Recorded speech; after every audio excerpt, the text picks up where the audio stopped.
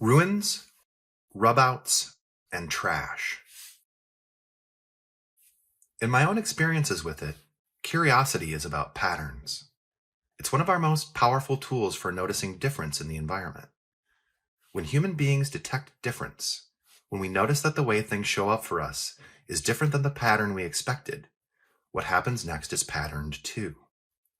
One of the patterns is fight, to push back on the changes we've taken note of and use whatever power we have to force the patterns to realign with expectation. The opposite pattern is flight, to turn away from the things that don't make sense and recenter our energies in the places where the patterns are more reliable.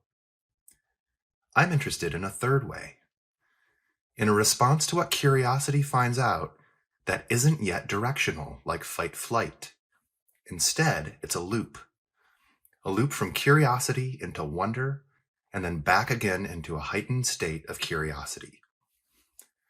And when the process of curiosity into wonder, into more curiosity is really clicking, it forms a cobweb, like a doily, stronger and more resilient because of the different threads and loops and overlaps and redundancies, not in spite of.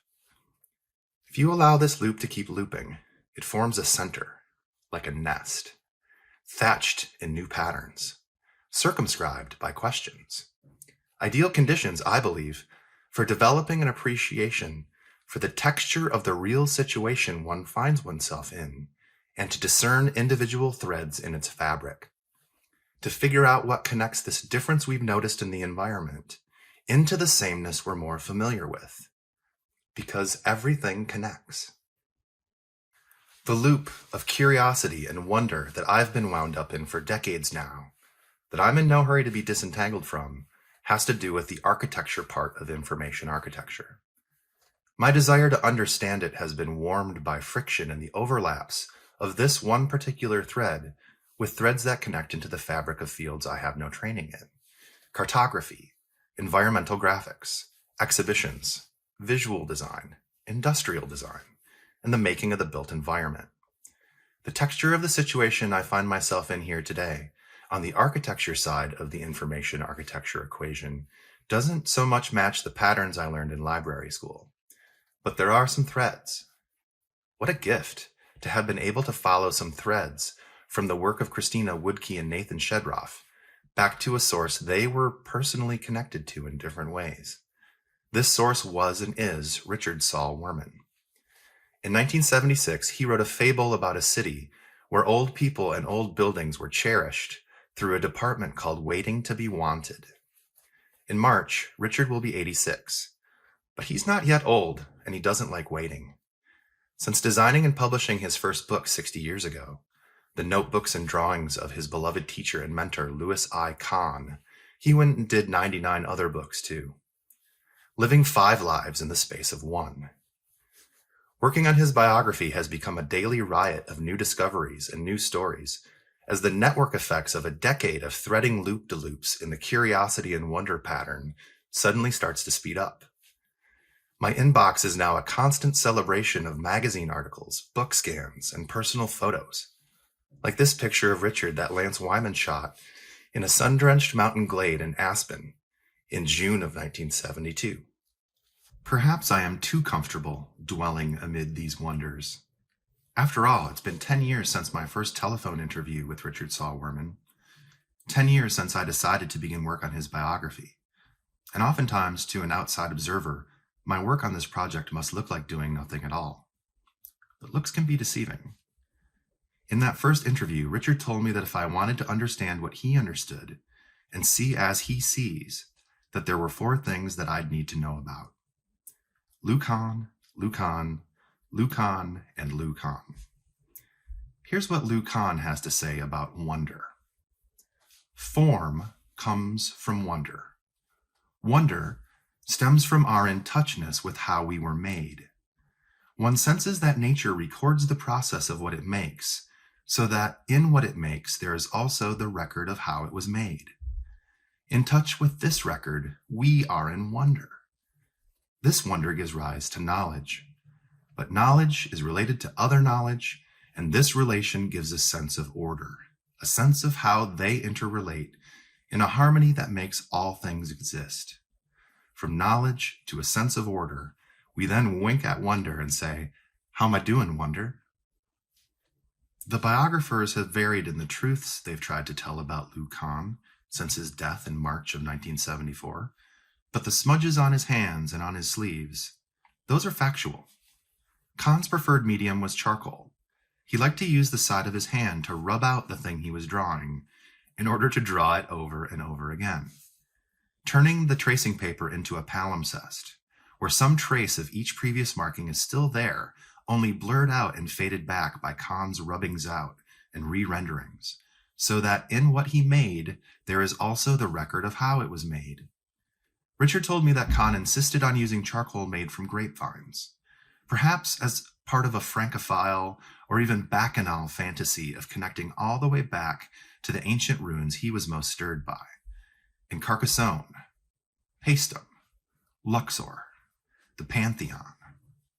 A bit of something plucked from the ashes of his ancestors, a means, perhaps, of reigniting primordial fire in the spaces and places he explained to himself with the charcoal. And that decision he made to do his drawings on the so-called trash of the tracing paper.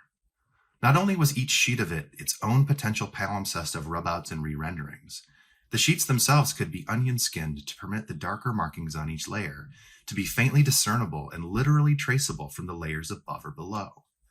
Charcoal on trash, collected over time, acting as ersatz animated film, recording how Kahn's ideas developed. Lou Kahn sometimes talked like how the Bible sounds, like when he said, "What will be has always been." Here was an architect who made models of the footings of a building, of the deep structure you can only see that way when the building is coming down, to better understand what the building wanted to be and how it would change over time. Did he choose to draw in ashes and layers of trash because he knew that all of the works of his hands were already, in some sense, ruins, predestined to be scraped off from their foundations, like a palimpsest of stone and steel and overwritten by the next architect? Some of the finest examples of ancient parchment palimpsests can be found in Egypt, in a monastery on Mount Sinai. Yes, that Mount Sinai, from the Bible. Holy ground. It's part of an ancient complex that's been in continual use by monks and rabbis and imams and pilgrims since before the 3rd century. Its library collections include works in Arabic, Syriac, Aramaic, Georgian, and Slavonic. I first learned of this monastery while following a thread about Richard into the DVD extras from Nathaniel Kahn's film My Architect. It was a place that Nathaniel's father had visited in the 1960s. Architects more typically make their pilgrimages to St. Catherine's to see its buildings, not its books, to see the oldest known surviving roof truss in the world, its oaken timbers somehow defying centuries' worth of the termites gnawing.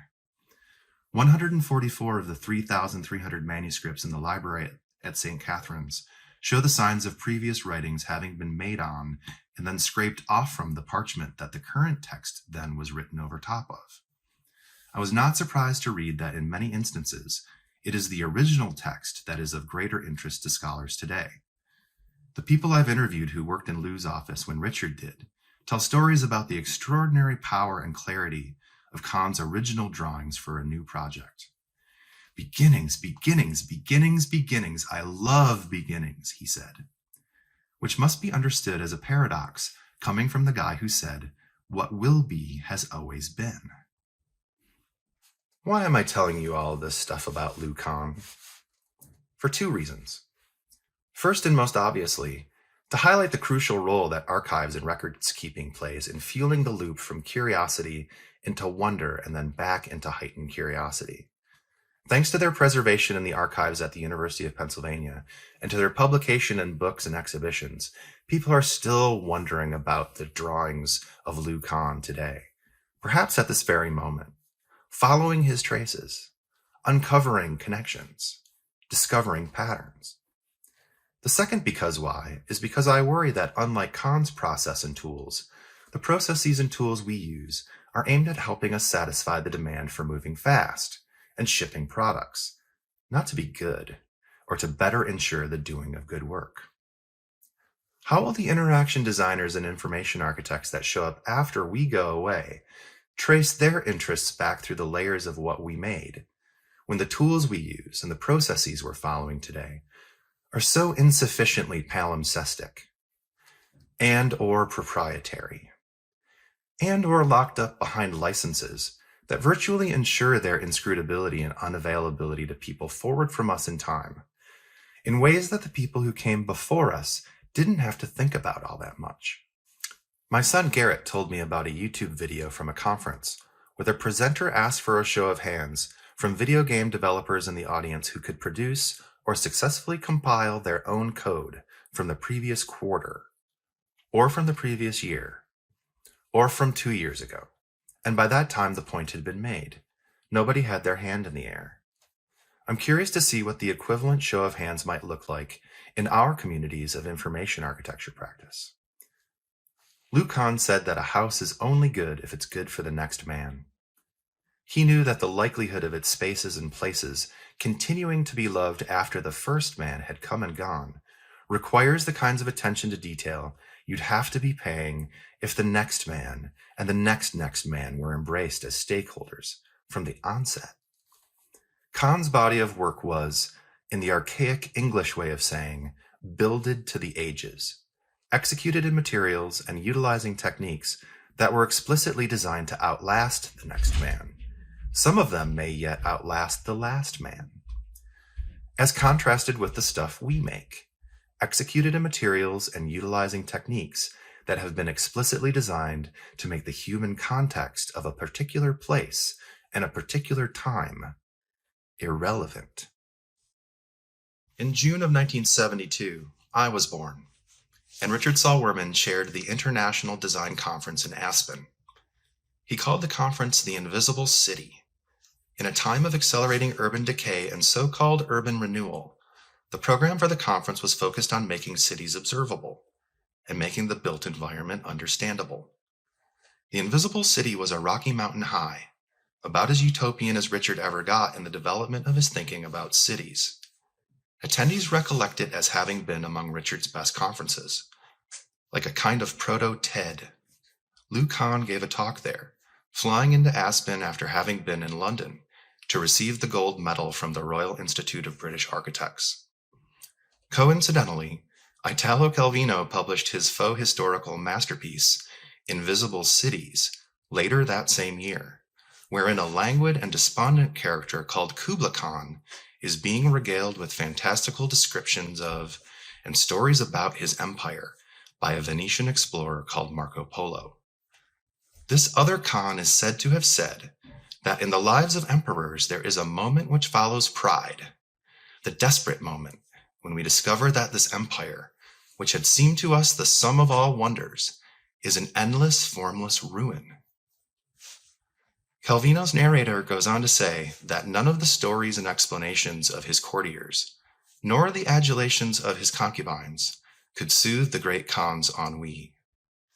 Only in Marco Polo's accounts was Kubla Khan able to discern, through the walls and towers destined to crumble, the tracery of a pattern so subtle it could escape the termites' gnawing. You and I will not escape the termites' gnawing, but we can do good work. Like Marco Polo and Richard Saw Worman, we can explain things to each other in ways that help people trace patterns that are worth noticing and remembering and repeating. And like Kubla Khan, we can demand to hear better stories about how everything connects. I think I've said enough for now. Clearly, I don't have answers. My favorite saying of Lou's is that a good question is worth more than a brilliant answer. I don't think I've yet heard a question as good as the one we heard him ask a few minutes ago. It's the question I'll dare you to ask too, as you consider the opportunities you might have to encode and preserve and celebrate the record of how the things you make were made in the very process of their making.